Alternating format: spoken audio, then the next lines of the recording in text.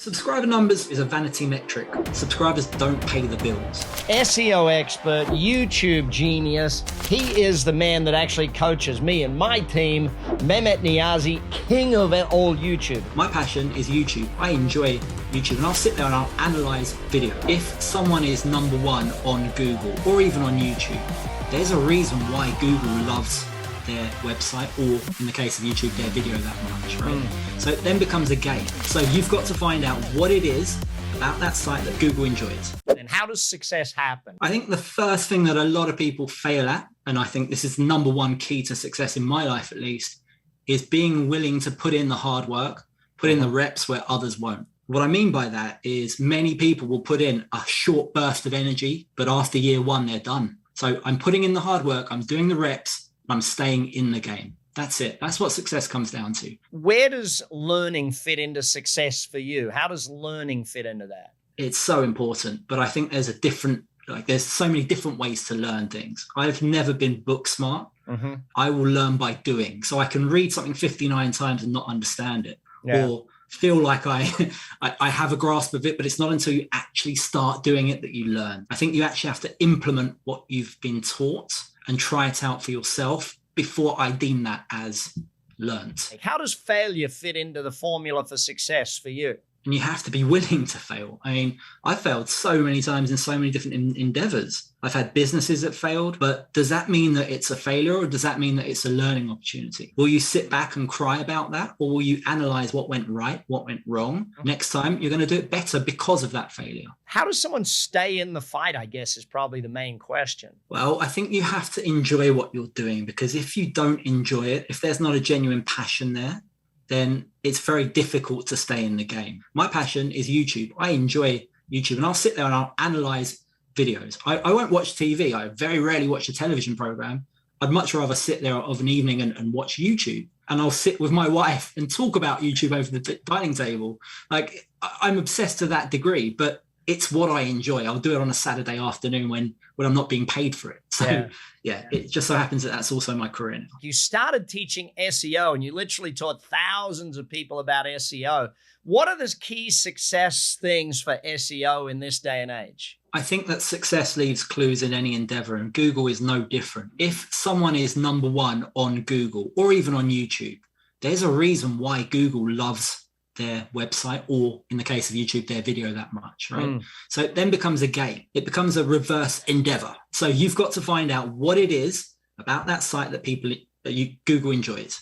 If I was new to SEO, what are some of the 3 or 4 things I can do to make sure that my website, my traffic starts to build? Well, the first thing that you want to do is make sure that you're targeting the right terms, right? So you want to pick the terms that you stand a chance of ranking for. There are lots of tools out there that will help you. Go in there and take a look at the longer tail keywords that might only get a couple of hundred searches, 100 searches even. If the competition is less, then that becomes easier to compete for as a small site.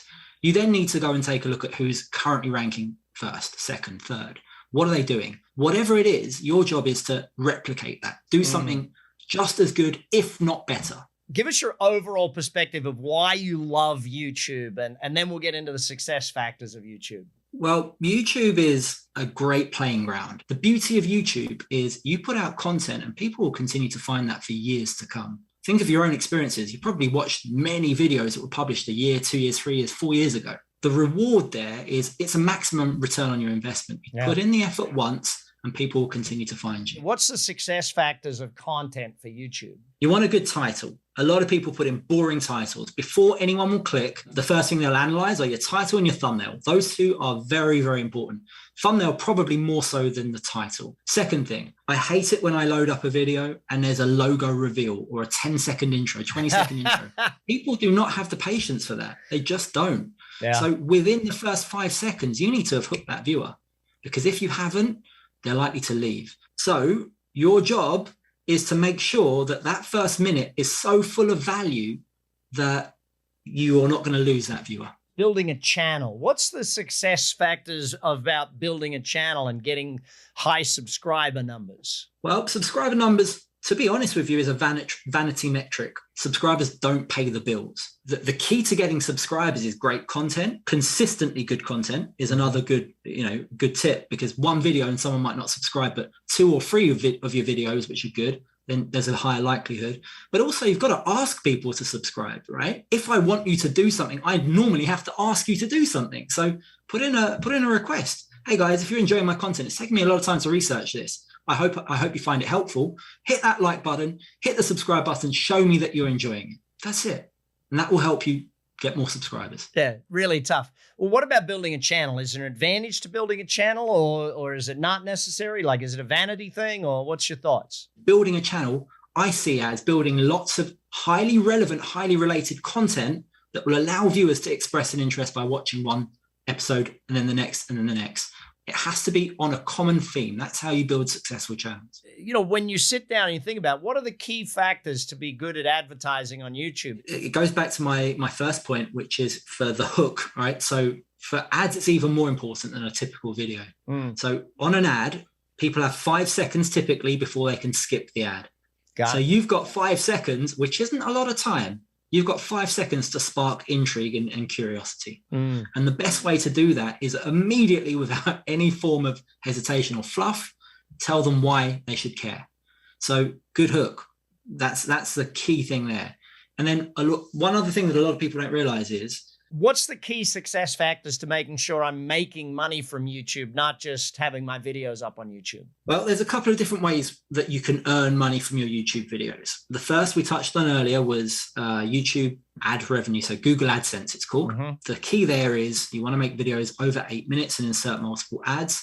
That won't pay your bills unless you're getting hundreds of thousands, if not millions of views. The next way that you can earn is you want to make sure that you've got affiliate links in your descriptions. And then another one is sponsorships. What are your thoughts on how people, or how you have gone from good to amazing or good to great? Putting in a lot of time, a lot of dedication, and I still think it's a work in progress for me. I'm constantly learning. There's a lot that I can get better at, but it's a case of dedicating yourself and learning every opportunity you can. When did you first decide to go massive rather than just go small in life, to go big, to dream big, I guess, is probably the simple way to put it? Again, I think that's something that I'm working on currently. I still don't think I'm anywhere near as big as I should be.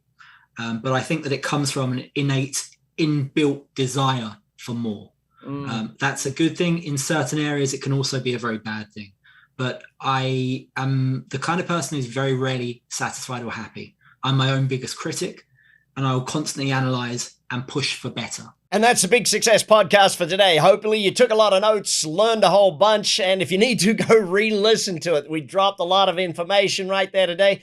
Big success is what it's all about. And by the way, if you haven't subscribed, hit that subscribe button so you're here with us every single week on the Big Success Podcast. I'm Brad Sugars. That's BS. Big success is what we're shooting for. Check the show notes for all the links. Make sure you follow through. Keep learning. Keep coming back. Oh, and by the way, share this with any of your friends who you know are up for success. I'll see you next week on the Big Success Podcast.